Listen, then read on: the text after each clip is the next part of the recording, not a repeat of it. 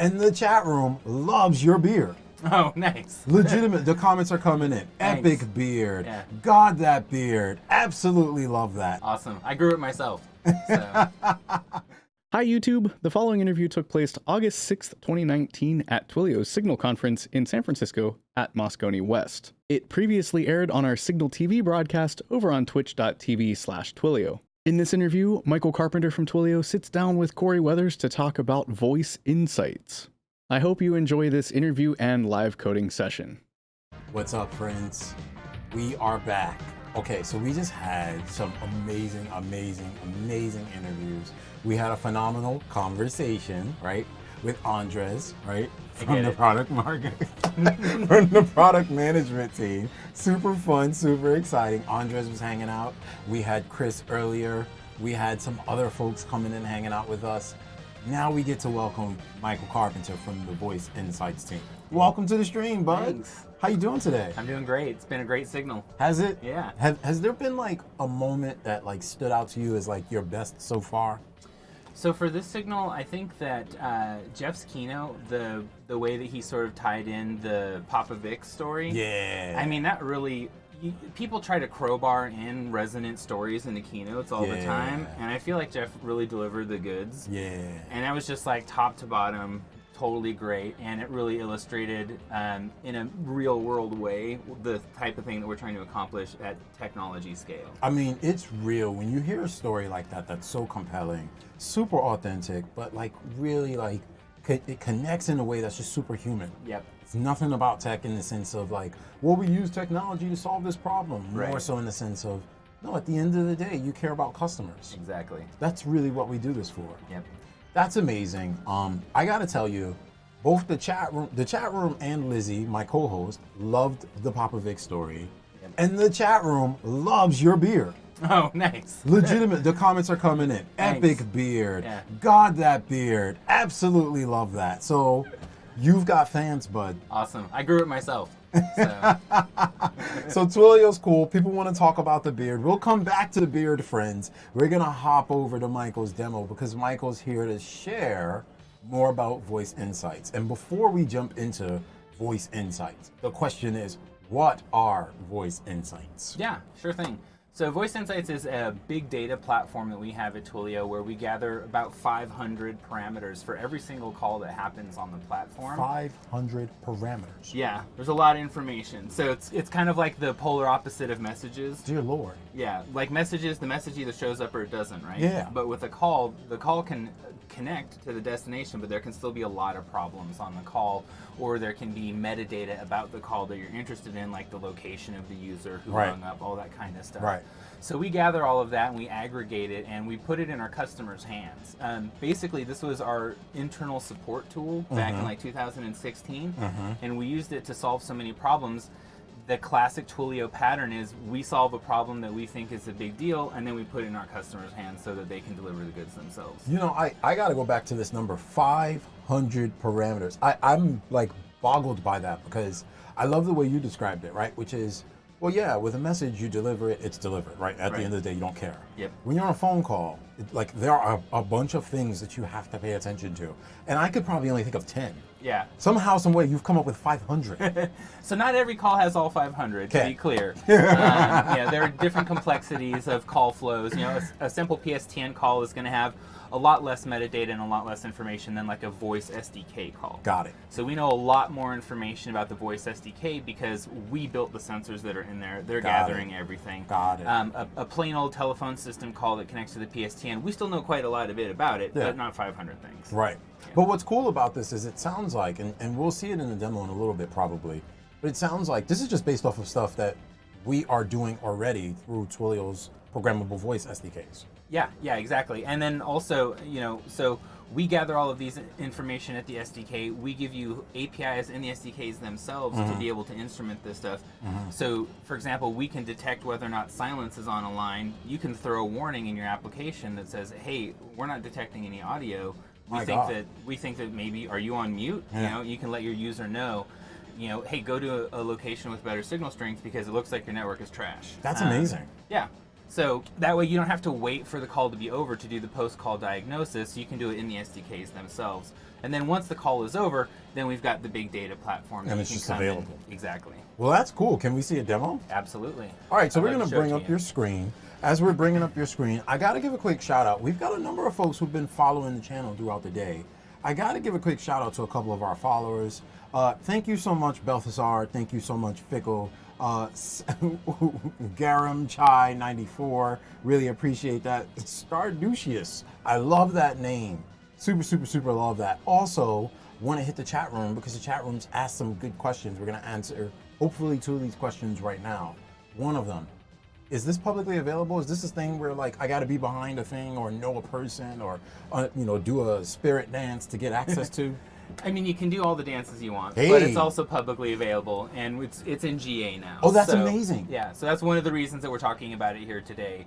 It's been in beta since about 2016. We've been slowly adding more coverage for different call types. Now we've got all of the call types handled. There's no call that happens on Twilio that we don't gather insights data for.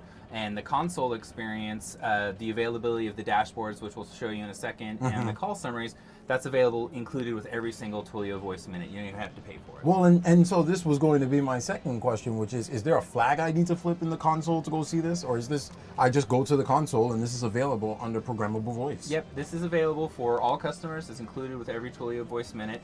Like I mentioned earlier, we use this information to run our business.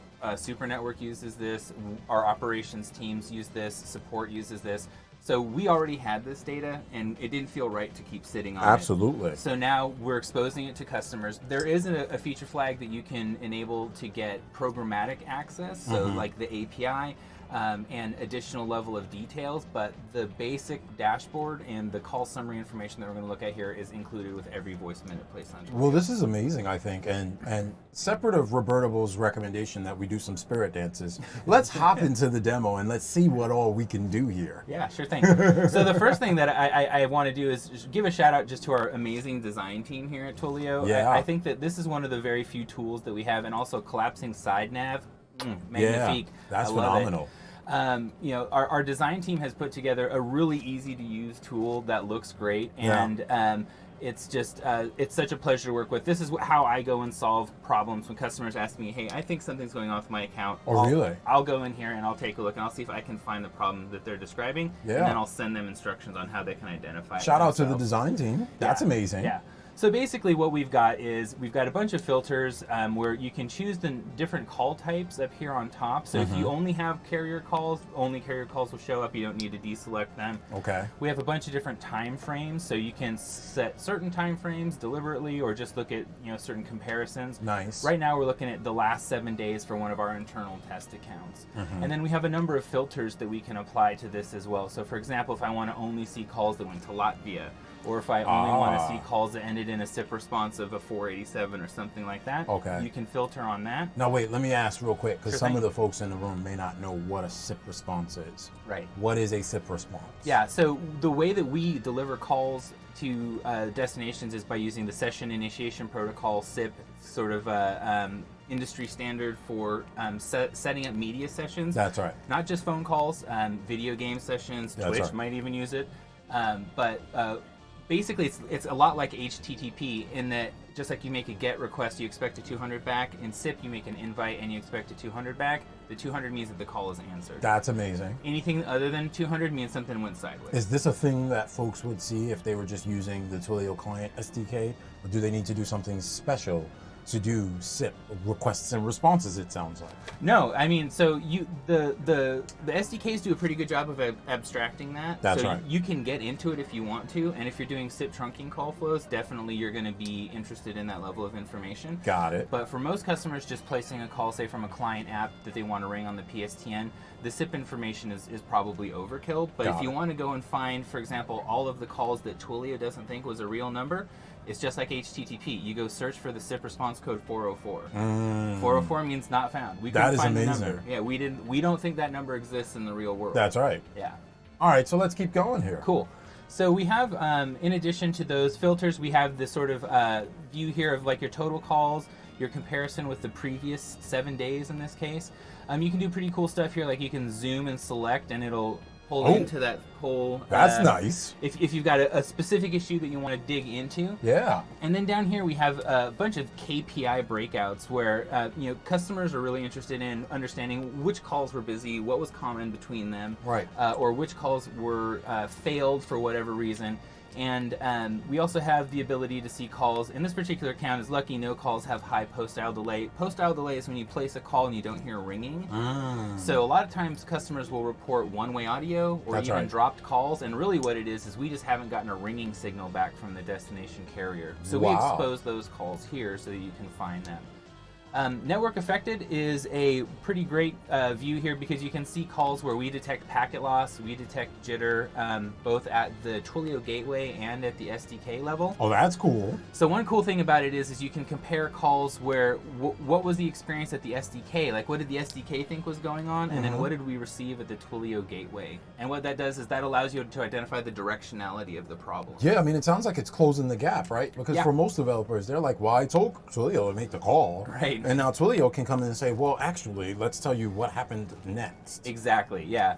And then beyond that, we have the ability, once you go in and you apply all of these filters, we'll actually just give you the list of calls that match this criteria. That's amazing. Yeah, and then if we pop over, I found a good example of a call. This is the Insights call summary. So this is basically all of the metadata about this particular call. You can see the Twilio SDK version. Oh my goodness. The operating systems, all of these cool things, where the user's located, who hung up. And then we have these two different edges down here where we gather metrics about the edge. And in this case, we're basically just giving you Boolean answers whether or not we detected a problem. That's right. So if we detect a problem, we'll fess up to it and we'll say, hey, this call had this problem. And then we'll also give you the numeric value to show how bad it was. Yeah, how bad it was. Yeah. So we won't just say we detected high packet loss. We'll say we detected 6% of packet loss or Wow. something like that. This is amazing. Is this like powered by machine learning at all behind the scenes? Or are we like aggregating data and doing it's a hybrid statistical model. Yeah. So it's machine learning, big data E. machine learning? I love that. Yeah. But basically the idea here is, most of the people in the telecom industry tell you when your call started, when it ended, and how much they charged you Which for is it. amazing. I mean, from our end, right? Like, Right. I could see where the value is in terms of, and I keep seeing this honesty and transparency thing, about this idea of how do we take that data, we give it to people so that Yes. they can then go make informed decisions as a Exactly. result of it. Yeah, and also, we've had customers, one of the things that we have these tags here where we say packet loss is detected, jitter detected. We've had customers identify new categories of issues using Insights data Wow. that we didn't even know existed. That's crazy to me. I mean, it's amazing. Yeah. We're really trying to kick open the telecom black box. Yeah, yeah. So just to take a little bit of a deeper dive to show you, actually, let me jump over here real quick on the metrics side. So the metrics that we're looking at here, this is one of the paid features. Look at this. So the dashboard that we saw and the call summary, that's included with every single voice call on Twilio. If you enable Voice Insights advanced features, then you get this metrics and this events view. So we have two views over here, the SDK view and the Twilio gateway view, and we That's can right. toggle between them. And when, like we were talking about a second ago, what you can do with this is you can look at what the client thinks happened at the local device and what Twilio thinks happened, and you can basically identify, is this due to asymmetric bandwidth allocation at the client side? Is this due to poor network quality locally? So a very common thing that we see happening is the stream that arrives at the client SDK itself is fine, but the stream that we receive at the Twilio edge is a stream of hot garbage. Oh, And that's because people have different bandwidth allocations for That's uplink right. and downlink. That's right. And you get somebody who's, say, watching streaming 4K Netflix at their desk, trying to place sales calls, and they wonder why their calls sound bad. Insights helps you basically paint a target on what's going on with that. Well, and I love, like Roberta Bose has just called this out. There's particular carrier pipes that could be causing issues. Exactly. Location-specific things that could be coming up. Yep. Or even like people meddling with things, right? And so you see things around the government doing things in specific places and things of the such and whatnot. Yeah.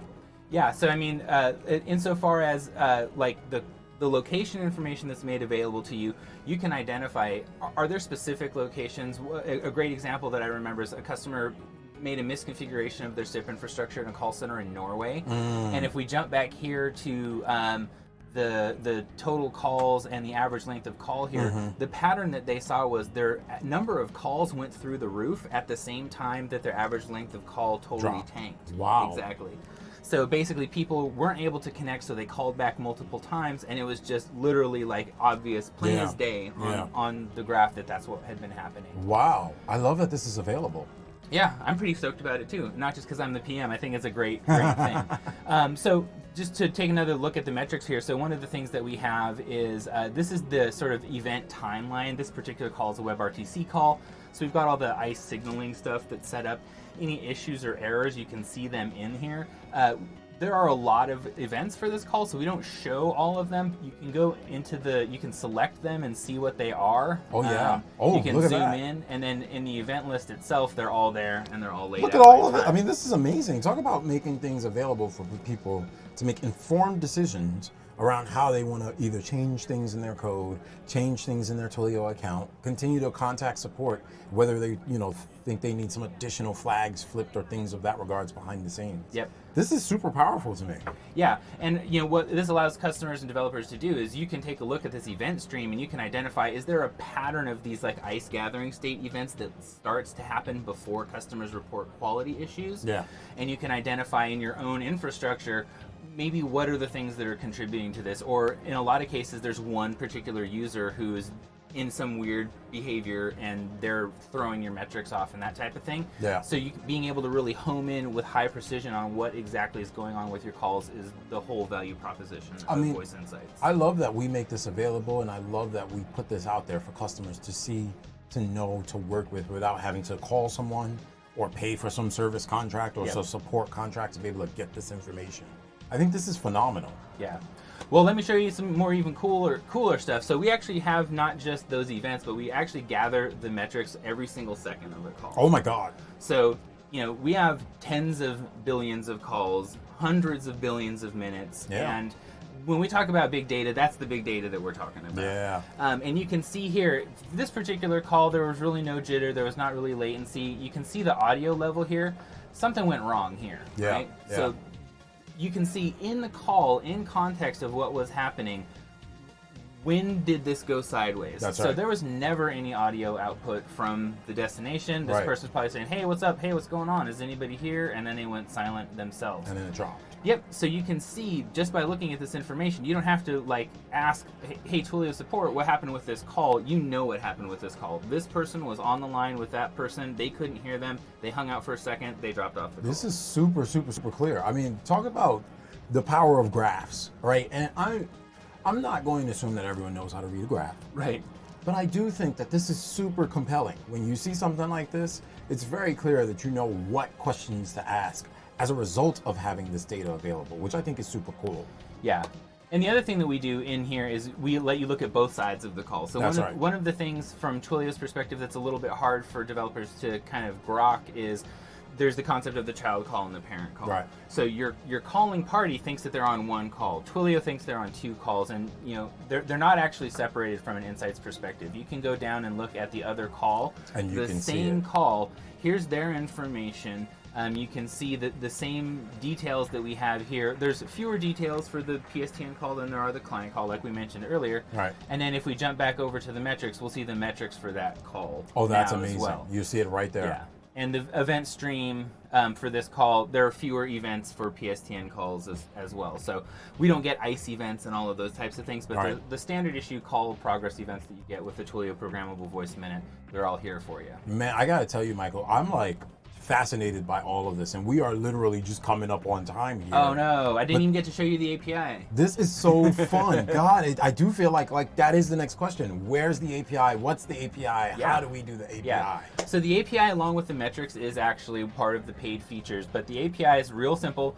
Basically, you just make a GET request to the call summary, and we actually return a lot more information via the API than you even get in the call summary. Oh my gosh. So we'll show you not just the two edges that are in the call, we'll show you the internal edge and the external edge. So you can see where in the if inside of Twilio the problem was introduced and in what direction. Yeah. So for example, you have two parties. It's fine on this edge, sounds like trash on this edge. You know that it was introduced on that stream on the way out to that user. Oh my goodness, this is fascinating. I love that. It's like, again, human readable, all in JSON. Yeah. We've probably got a defined schema somewhere in our docs. 100%. And so it just makes it really easy to understand what you should expect when you make that REST API call. Yep.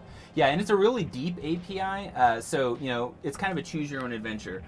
We surface the insights tags at the top level, and then we have different levels, so you can go down to individual edges and then go to down to individual inbound and outbound streams. Man. But you can also just say, was there a problem with this call or not? And Yeah. if we say yes, then you can investigate further. If we say no, move on with your day. So, okay, so this is like the final question, because we've had a ton of fun. We now do have to let you go. Okay.